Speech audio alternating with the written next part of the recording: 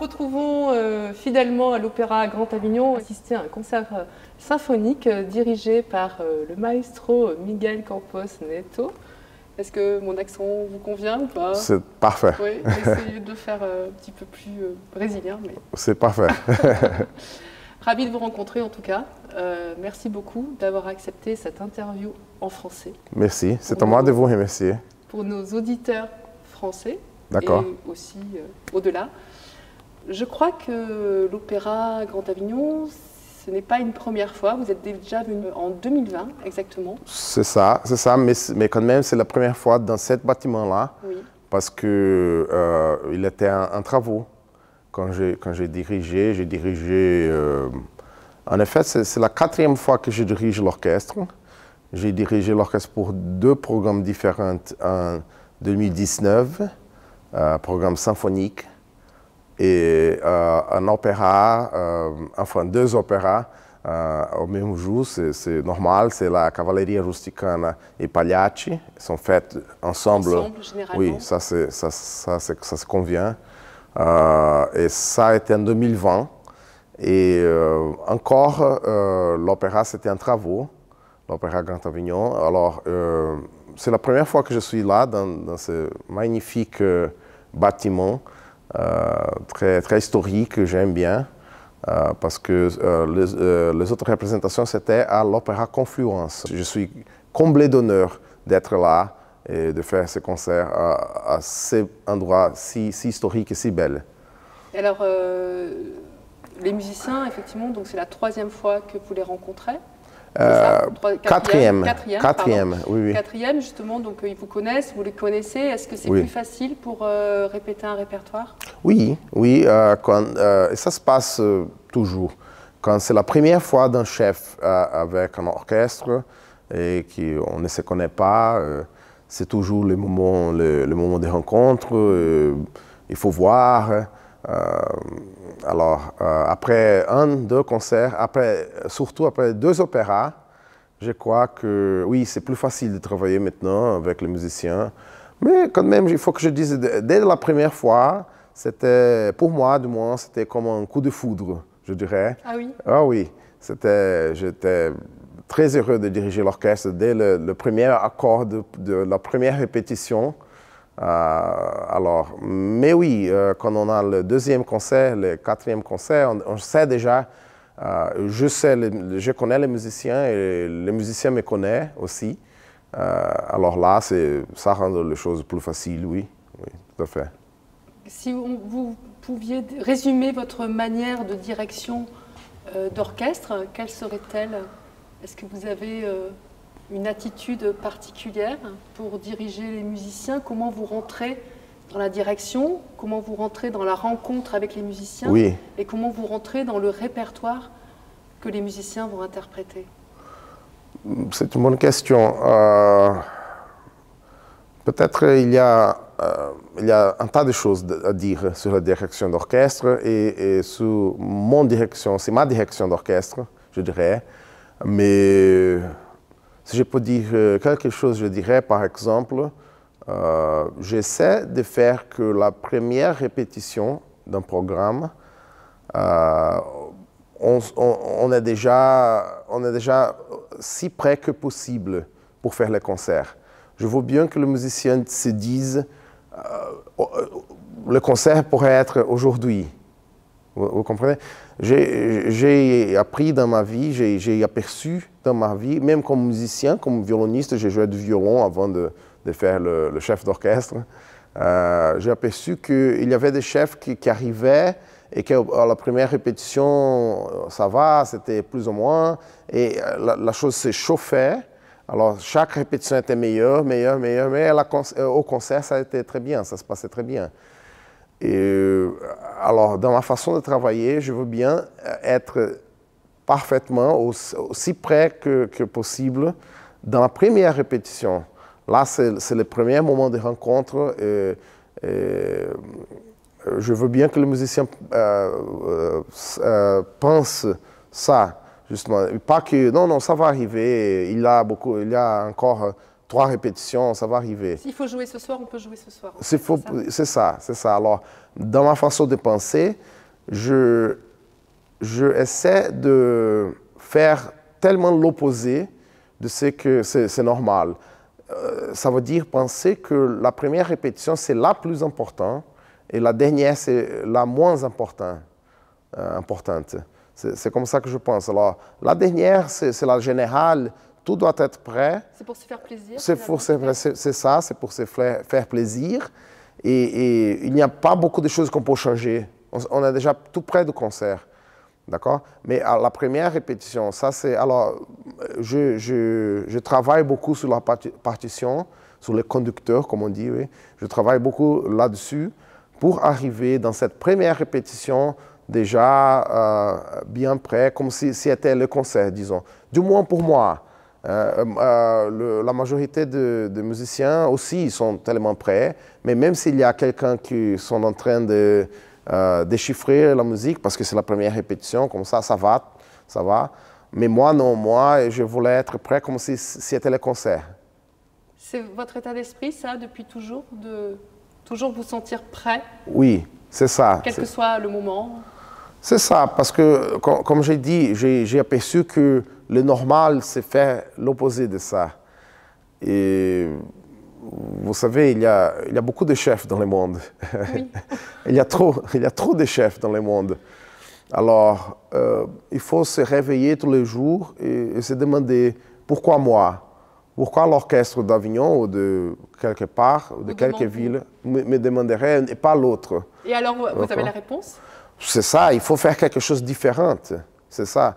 Alors, si vous faites une chose, si on fait une chose qui laisse les musiciens, disons, perplexes, ou en pensant qu'est-ce que c'est, ce mec-là, il est différent des autres. Ils vont se rappeler de vous?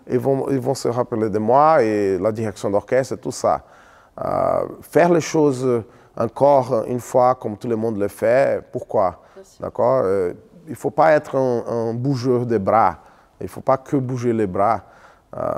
Alors, pour ça, je crois que la chose plus importante, c'est de tutoyer le conducteur, de savoir, d'avoir la plus grande intimité avec l'accessibilité, et pas ce barrage de déontologie peut-être, je ne sais pas si on peut dire ça, oui, déontologie. Oui, peut-être, mais je dis bien tutoyer, on peut dire ça. Oui. Oui, oui. Alors, et aussi, j'aime bien les mots conducteur pour la partition en français. D'abord, j'aime la langue française, il faut que je dise. Non, je m'excuse d'abord, mais j'aime la langue française et les mots conducteur pour la partition, c'est très bien parce que ça, c'est comme on appelle le chef d'orchestre en anglais. Oui, le conductor. D'ailleurs, on dit conducteur, oui. Oui, mais le conducteur, c'est la partition en français. Le chef, c'est le chef. Ça, c'est très bien pour moi. Ça dit quelque chose, c'est poétique même. Parce que pour moi, ça veut dire que le vrai chef, c'est la partition. Vous comprenez? Bien sûr. Alors, ma loi, c'est ce qui s'écrit là. Il faut que je connaisse la loi très bien. C'est tout écrit là. Il faut que moi, je bosse et que je sache tout qui s'est écrit là. Et ça, c'est vraiment cette information qui est là-dedans. C'est vraiment ça qui va me conduire pendant les répétitions et les concerts. C'est cette loi-là qui s'est écrite. Ça, c'est les conducteurs, ça, c'est les chefs. Je porte le message, disons. Je comprends. Oui, tout à fait. C'est bon. Tant mieux que vous comprenez, parce que... tant mieux, tant mieux. Alors, vous parlez de message. Ce soir, c'est un répertoire assez, on va dire, divers, diversifié. Alors, c'est tout à fait étonnant, cette programmation, à travers l'actualité qui se passe aujourd'hui en Ukraine et en Russie. D'ailleurs, on voit le drapeau derrière. Oui.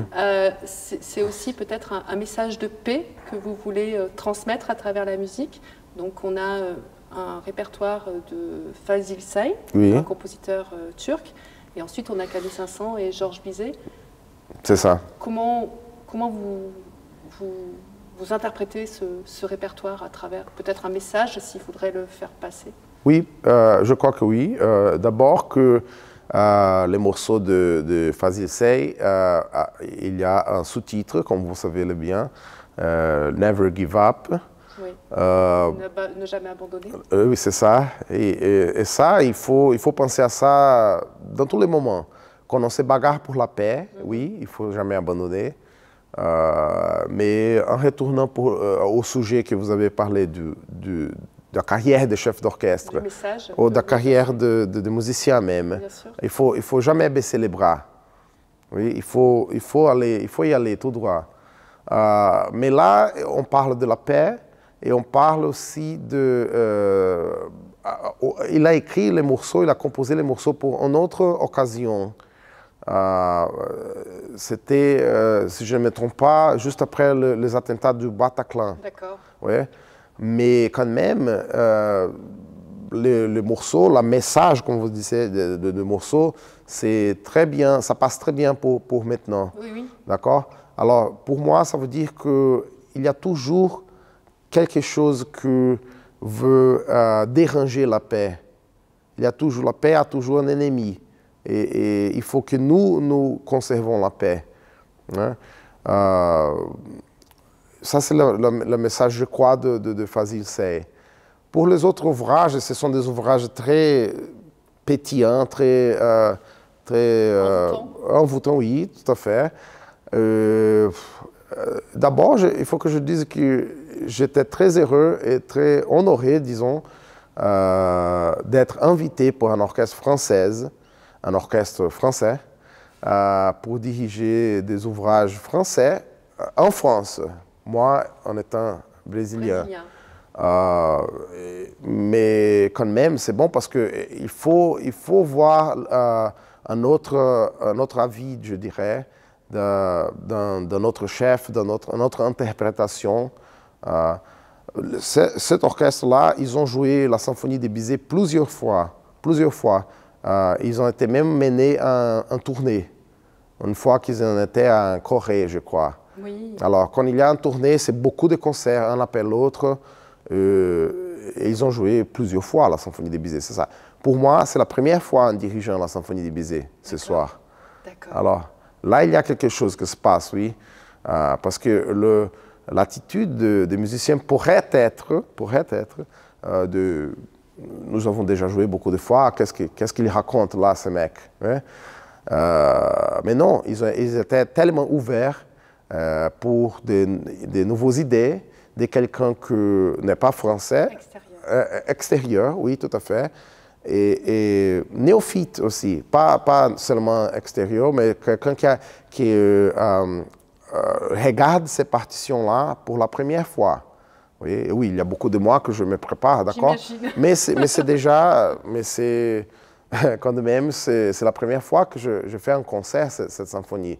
J'ai écouté beaucoup de fois, oui, mais ce n'est pas la même chose. Bien sûr. Et ça, c'est la chose dingue sur d'être chef d'orchestre, c'est ça. Vous écoutez beaucoup de musique, beaucoup de symphonies, et on croit qu'on connaît la musique, et quand on regarde une partition, un conducteur, on voit beaucoup de choses que c'est comme des petits trésors cachés, comme ça, qu'on n'a pas aperçus dans les performances, soit live, soit en enregistrement. Mais on découvre ça là. C'est pour ça que c'est toujours heureux faire ce métier-là de chef d'orchestre. Pour ça, parce qu'il y a toujours ces trésors cachés à trouver. Et ça me rend très heureux. C'est très poétique ce que vous dites. Merci. Merci. C'est pour toutes ces raisons-là, pour trouver ces trésors cachés, comme vous dites si joliment, que vous avez voulu devenir directeur musical, enfin chef d'orchestre, pardon, ou conducteur plutôt? Oui et non. Parce que, d'abord, il faut que je dise, dès que j'ai 12 ans d'âge, je voulais être musicien, et c'est ça. J'ai pris ma décision quand j'avais 12 ans d'âge. Mais je ne pensais jamais à chef d'orchestre. Je jouais du violon. Et je croyais que je faisais une carrière au violon, en jouant du violon dans les orchestres, tout ça, profit. Pour moi, c'était l'avenir.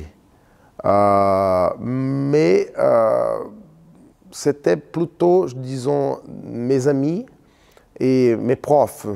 Dans beaucoup d'universités, beaucoup d'écoles comme ça, ils me connaissaient et ils me voyaient dans les classes comme ça. Ils disaient, est-ce que tu as pensé déjà d'être chef d'orchestre? Je dis non, non. Pourquoi on vous demandait ça? Pourquoi vous posez cette question? Parce que vous étiez toujours un petit peu en avance, peut-être? Non, pas en avance, je dirais, mais j'avais beaucoup d'intérêt dans la musique. C'était pour ça. Les jeunes violonistes ou les jeunes pianistes comme ça, ils étaient très focalisés, disons, dans l'instrument, en jouant de Paganini et tout ça. Et moi, j'avais beaucoup d'intérêt dans l'histoire de la musique, dans les classes d'harmonie, les classes de tout ça.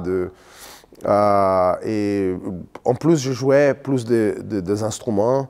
Je jouais de violon, de l'alto, du piano. Alors, pour être chef, c'est bien de jouer le piano pour déchiffrer les conducteurs, les partitions. Alors, avec tout ça, mes profs et mes amis disaient ça. Ah, est-ce que tu as pensé ça? Je disais non, j'étais presque offensé parce que je croyais, qu'est-ce que ça veut dire sur la façon que je joue du violon? Oui, c'est ça. Vous voulez je joue dire, mal du violon, donc... C'est ça. Vous voulez dire ça, que j'ai aucune chance comme violoniste, c'est ça? Mais alors, j'ai pas écouté mes amis et mes profs comme ça, mais il était beaucoup, pendant plusieurs années, j'ai fait mon bac en violon, et pendant tous les bacs, ils disaient ça, les profs. Ça vous a poursuivi, en fait. Non, oui, et après j'ai fait un master, la maîtrise, oui. Master, un violon aussi. D'accord. Pas un chef d'orchestre encore, pas en direction d'orchestre. Au Brésil encore? Non, tout ça aux États-Unis. Tout ça aux États-Unis. J'ai fait toutes mes études aux États-Unis. D'accord. Et pendant les masters aussi, tout le monde disait, est-ce que tu as essayé de faire chef d'orchestre? Comme ça, je disais, non, non, ça va, ça va, ça va. Et alors, pour moi, c'était le moment du déclic, on dirait, oui, je crois qu'on dit en français. Comme ça, oui. Le moment du déclic, c'était comme, j'ai pensé de changer d'État dans les États-Unis. J'étais dans l'État qui s'appelle New Mexico, le Nouveau-Mexique, et je pensais d'y aller à New York pour étudier là, c'est la grande ville comme ça. Et j'ai fait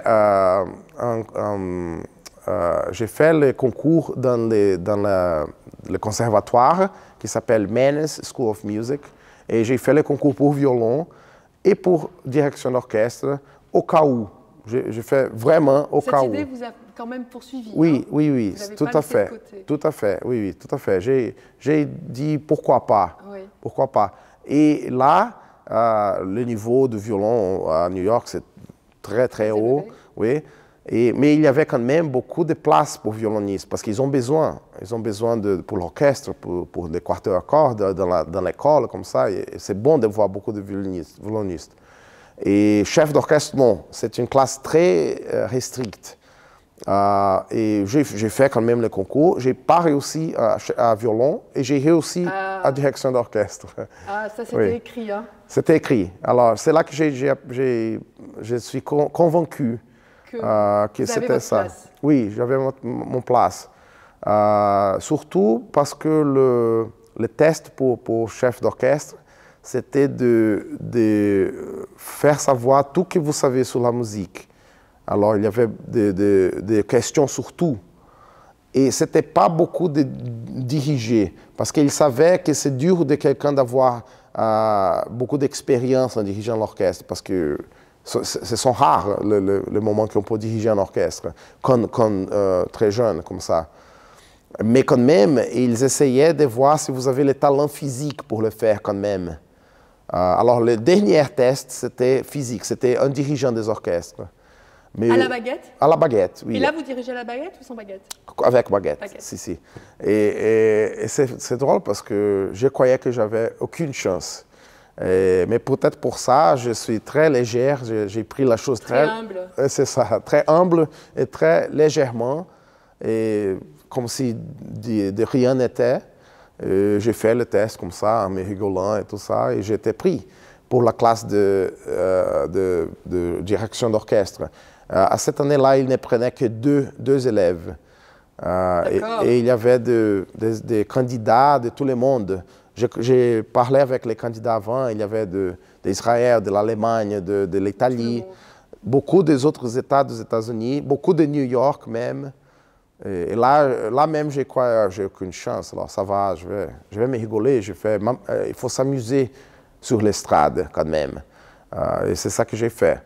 Alors après ça, quand j'ai aperçu que j'avais quelque chose, disons, du talent pour la direction d'orchestre, c'est là que j'ai commencé à étudier à fond et à me dédier à fond à la direction. Oui. Quel parcours! Bravo! C'était que le début. Mais... C'était que le début. Alors, peut-être que demain, à midi, on aura peut-être terminé l'interview, mais bon... C'est ça. Non, je ne voulais pas bavarder. Ce soir. Oui. En tout cas, c'est très intéressant. Je vous en remercie. Vous êtes issu d'une famille d'artistes ou... Non, pas du tout. En plus, alors... Pas du encore tout. Plus, bravo. Oui, merci. Il n'y a aucun musicien dans ma famille, aucun artiste quand même, je dirais. Il y a de tout. Il y a beaucoup de médecins. Mes oncles, mes tantes sont médecins et tout ça. Mon papa a fait de la biologie. D'accord. Mais ma maman fait de la informatique, faisait de l'informatique. Il n'y a rien à voir. Même mes cousins, ma soeur, on a essayé de faire. Ils ont tout fait la musique, mais ils ont tout laissé tomber à certains moments. Oui, c'est ça. Mais chez moi, c'était un coup de foudre. J'avais 12 ans et c'était quand j'ai écouté pour la première fois un orchestre symphonique en juin. Et ce n'était pas chez moi à Belém parce que nous n'avons pas un orchestre symphonique à ce moment-là. On était très arriérés. J'ai fait un voyage pour une autre ville au sud du Brésil et là, j'ai eu la chance de voir une répétition de la 5e symphonie de Beethoven. Wow. Oui, un orchestre en jouant ça. Et quand j'ai écouté cette sonorité-là et la façon dont tous les instruments travaillaient ensemble, ça vous a... Oui, ça c'était le coup de foudre, oui. Est-ce que vous avez des passions autres que la musique, Miguel? Je dirais que pas aussi forte, mais oui, je perds beaucoup de temps en jouant aux échecs, par exemple. Je fais beaucoup ça, trop. Il faut faire moins. Je lis beaucoup aussi, ça c'est notre... Mais je dirais que non, ma vie c'est beaucoup la musique, presque c'est tout la musique, je dirais. Et est-ce que la direction musicale de chef d'orchestre demande un entraînement quand même physique? Peut-être, je ne sais pas, c'est une question que je vous pose. Est-ce que ça nécessiterait ou pas? Je crois que oui. Je crois que oui. Je crois que c'est logique qu'il faut. J'ai commencé à faire il n'y a pas beaucoup de mois au Brésil parce que je crois que c'est bien. Mais je vous donne un exemple. Je viens de diriger au Brésil avant d'être en avion avec vous Les Noces de Figaro de Mozart. Et c'est un ouvrage très long. C'est un opéra qui a plus de 3 heures. Et pendant les répétitions et les représentations, j'ai eu beaucoup de soucis physiques. Oui, c'est pour ça que je vous pose la question. J'ai eu un souci physique au genou, j'ai eu au bras, comme ça. Parce que ça demande quand même beaucoup de muscles pour éviter des crampes Tout à fait, oui, tout à fait. Il faut le faire parce que c'est une partie très importante. C'est une partie très importante du métier. Je crois que pour tous les musiciens, mais surtout pour le chef, parce que les mouvements du corps, pour nous, c'est tout. C'est toujours les mêmes. Non, pas toujours les mêmes, mais c'est ce que nous avons. Nous n'avons pas d'instrument. La baguette ne fait pas de son. Oui. Un violoniste, on peut profiter d'un violoniste derrière un écran, par exemple. Bien sûr. On peut que écouter, d'accord? Mais le chef, non. Ce que nous avons, c'est le mouvement de corps. Oui, pendant la répétition, il y a les mots aussi. Il faut savoir quoi dire et comment dire. Oui? Il faut être un grand communicant, je dirais. Je dis bien communicant? C'est parfait. Oui, c'est ça. Il faut être un grand communicant, il faut être fort là-dessus. Mais quand on arrive à diriger, soit en performance, soit en répétition même, parce qu'il ne faut pas dire une chose et diriger une autre chose. Hein? Alors, quand on vous dirige, ce que vous avez, ce qu'on a pour faire les musiciens jouer comme on croit qu'il faut, c'est le mouvement du corps. Et alors, qu'est-ce que vous faites pour vous protéger alors maintenant depuis quelques temps? Si ce n'est pas indiscret, bien sûr. Non, j'essaie de faire du sport. J'ai fait de la natation, par exemple. Ouais. Il faut que je reprenne, mais j'ai laissé tomber. Mais j'ai fait du training physique. J'ai commencé il n'y a pas beaucoup de mois, comme je t'ai dit, mais je vous avais dit, mais il faut reprendre. Quand je suis en retour au Brésil, je vais reprendre. Parce que oui, c'est très important, la côté physique, c'est primordial, je dirais, pour les chefs d'orchestre. Et donc ainsi, vous êtes ce soir à Avignon. Demain, vous rejouez le répertoire un petit peu à côté, je crois, oui, dans le Gard. Uzès. C'est dans le Gard, je crois. Je ne suis pas sûr. Peu importe. Et après, vous repartez au Brésil? Oui, je vais par contre visiter 3 villes avant de rejoindre le Brésil, avant de rentrer. Chez vous? Non, en France et au Portugal. D'accord. Oui, j'irai d'abord à Mulhouse, et après à Paris, et après Lisbonne. D'accord. Et je rentre à Belém. D'accord. Chez vous, là? Là, c'est chez moi. C'est chez vous. Parce que oui, j'ai mon orchestre à moi, là. D'accord. Et il y a beaucoup de concerts comme ça, et il faut que je dirige les concerts, parce que là, je suis chef principal. D'accord. En Avignon, symphonique, comme l'orchestre d'Avignon, plus grand. Nous avons 70 musiciens. Alors, il y a les trombones, il y a tout ça. Et on fait des répertoires plus grands aussi, mais on fait beaucoup de répertoires comme ceux-là qu'on fait en Avignon. Là. Les Noces de Figaro, par exemple, ce n'est pas un orchestre très grand. Alors, on peut faire ça, on peut faire plus petit et plus grand. Et on fait 33 concerts par an, cet orchestre-là. C'est intense? Oui, c'est très intense. Et comme je dis, je suis le chef principal là. Alors, c'est beaucoup à moi de faire les trucs. J'ai un assistant, tout ça, et nous avons des chefs invités. Mais c'est beaucoup moi là, et alors il faut rentrer quand même. Vous gardez un peu de temps pour vous quand même ou... On essaie, oui, on essaie. Mais c'est dur parce que je ne suis pas que chef d'orchestre au Brésil, de l'orchestre Profi de Belém. Je suis aussi prof à l'université. Prof de musique, surtout prof de direction d'orchestre. D'accord. Mais on peut faire d'autres choses là aussi. J'enseigne même le violon. S'il y a beaucoup d'étudiants, Vous retrouvez le violon quelque part. C'est ça, c'est ça. Non, ouais.